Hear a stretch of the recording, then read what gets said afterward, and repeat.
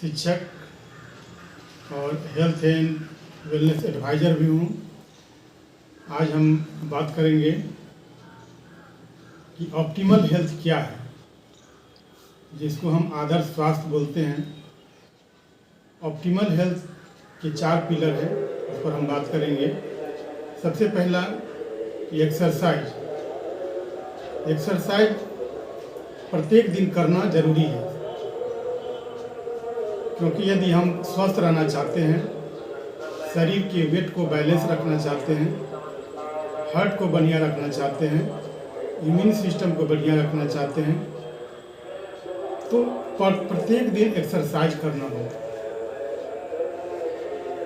दूसरा चीज़ हम positive mental attitude, ये क्या है कि अपनी सोच को सकारात्मक बना के रखना होगा। हम नेगेटिव बातों से, नेगेटिव माहौल से बचे रहेंगे, अच्छी किताबें पढ़ेंगे, पॉजिटिव मेंटल एटीट्यूड की किताब पढ़ेंगे। कोई यदि छोटी मोटी गलती हो जाती है तो किन्हीं को हम माफ़ करेंगे।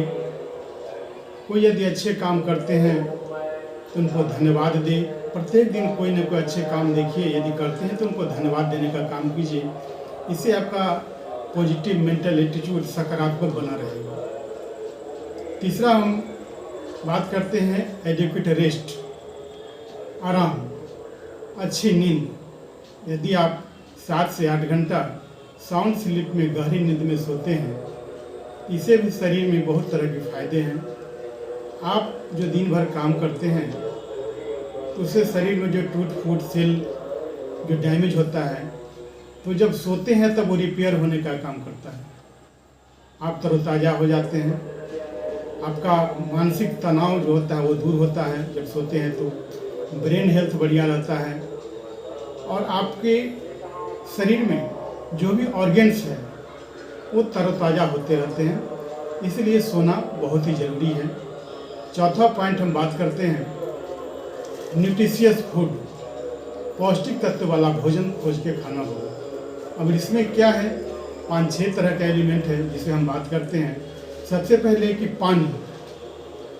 पानी आपको पीना चाहिए, क्योंकि बॉडी वेट का 70% पानी ही है और उसमें 1% यदि कमी हो जाती है तो प्यास लगती है, और 7% कमी यदि हो जाती है तो डिहाइड्रेशन हो जाता है। जब तक आपको पानी नहीं चढ़ाया जाएगा तो आप बेड पर से उठ नहीं पाएंगे, और उससे अधिक यदि कमी होती है तो हो सकता है जान भी चली जाती है।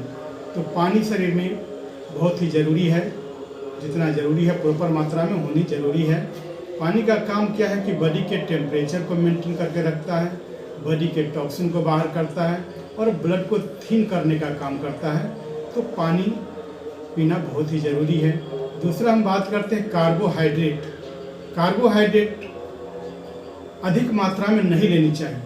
यदि आप कार्बोहाइड्रेट अधिक लेते हैं और आप एक्सरसाइज नहीं करते हैं, व्यायाम नहीं करते हैं, तो आपके शरीर में वो जमा होते जाता है, फैट में कन्वर्ट होकर के और ओबेसिटी हो जाता है। हम सुबह से लेकर रात तक अधिकतर कार्बोहाइड्रेट ही लेते हैं और 1 ग्राम कार्बोहाइड्रेट में 4 कैलोरी प्राप्त करते हैं। तो इस तरह हम कैलोरी किस भोजन में प्राप्त होता है उसको भी जानकारी लेना बहुत ज़रूरी है। तीसरा पॉइंट हम बात करते हैं प्रोटीन से भी हम एनर्जी प्राप्त करते हैं। 1 ग्राम प्रोटीन में 4 कैलोरी प्राप्त करते हैं। प्रोटीन हमारे शरीर के लिए बहुत ज़रूरी है। सेल को रिपेयर करने का काम करता है, ग्रोथ का काम करता है, मेंटेनेंस का काम करता है। प्रोटीन का जो स्रोत है वेज से लेते हैं, नॉन वेज से लेते हैं। वेज में सबसे बढ़िया प्रोटीन सोया से प्राप्त होता है, नॉन वेज से भी प्राप्त करते हैं प्रोटीन, एग से, फिश से। तो वो सब प्रोटीन क्या है कि आपको फैट भी और कोलेस्ट्रॉल भी अधिक दे देता है। इसलिए वेज वाला प्रोटीन में कंप्लीट प्रोटीन सोया में पाया जाता है। तो प्रोटीन लेना बहुत ही ज़रूरी है आपके शरीर के लिए। इसके बाद चौथा पॉइंट हम बात करते हैं विटामिन एंड मिनरल होना बहुत ही ज़रूरी है। ये माइक्रोन्यूट्रिएंट्स के रेंज में आता है, जो 13 तरह का विटामिन और 11 तरह के मिनरल्स आपको प्रत्येक दिन आपके भोजन में चाहिए।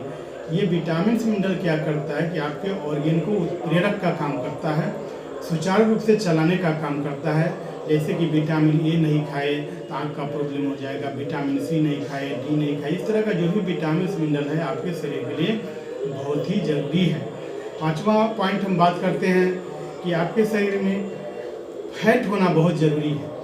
अब फैट, कौन सा फैट लेना है और कौन सा फैट छोड़ना है, ये जानकारी लेनी बहुत ही ज़रूरी है। फैट, दो तरह के फैट होते हैं, एक सैचुरेटेड फैट और एक non saturated fat. Saturated fat वो हुआ जो रूम टेम्परेचर पर जो फैट जम जाए, जो एनिमल फैट होता है वो जम जाता है, घी, डालडा और जो भी आपके एनिमल का फैट है, जो दूध से निकलता है फैट, वो भी जम जाता है। और अनसैचुरेटेड फैट जो नहीं जमे, जो तेल हम खाते हैं, तो अनसैचुरेटेड फैट का भी दो भाग है, एक है ओमेगा 3 और एक है ओमेगा 6। अब ओमेगा 3 क्या है, ओमेगा 6 क्या है? तो ओमेगा 3 का स्रोत बहुत ही कठिन है जहाँ से हम प्राप्त करेंगे, क्योंकि वो फिश वाले मिलता है, तीसी के तेल में मिलता है। और ओमेगा 6 जो तेल हम खाते हैं, दोनों का रेशियो 1:7 के अनुपात में रहना चाहिए। लेकिन ओमेगा 6 की मात्रा अधिक होने से अपने इंडिया में हार्ट का प्रॉब्लम बढ़ते जाता है, बीपी का प्रॉब्लम बढ़ते जाता है, कैंसर, डायबिटीज, ये सब बढ़ते जाता है। इसलिए अपने भोजन में ओमेगा 3 मिलाना बहुत ही ज़रूरी है। इसके बाद बात करते हैं आपको फाइबर। फाइबर का होना बहुत ही ज़रूरी है शरीर में। जब हम भोजन करते हैं तो फाइबर की कमी से कंस्टिपेशन की शिकार हो जाते हैं लोग, और कंस्टिपेशन जैसे ही होता है तो कई तरह के डिजीज पैदा हो जाता है। तो आपके भोजन में फाइबर होना भी बहुत ज़रूरी है। फाइबर भी दो तरह के हैं, एक घुलनशील है और एक अघुलनशील है। दोनों के बारे में डीपली जानकारी लेकर के और फाइबर युक्त हम भोजन खाएंगे। लास्ट पॉइंट जो फाइटोन्यूट्रिएंट्स है वो क्या है कि फाइटो मतलब होता है पौधा और न्यूट्रिएंट्स मतलब पौधा से लिया गया तत्व। जैसे कि बाहर देखते हैं पेड़ पौधा अपने को जाड़ा, गर्मी, बरसात में वो बचा लेती है, तो इसी तरह जब हम फल को छिलका सहित खाते हैं, भिन्न तरह के फल को छिलका सहित खाते हैं, तो जो कलर है वही फाइटोन्यूट्रिएंट्स है। और वो जब हम यूज करते हैं तो हमारा शरीर भी मतलब इम्यून सिस्टम बना रहता है, बीमारी से बचते हैं और कई तरह के रोग से हम बचे रहते हैं। तो आप ये यदि चारों पिलर पर ध्यान देंगे तो आप बहुत हद तक हेल्दी रहेंगे।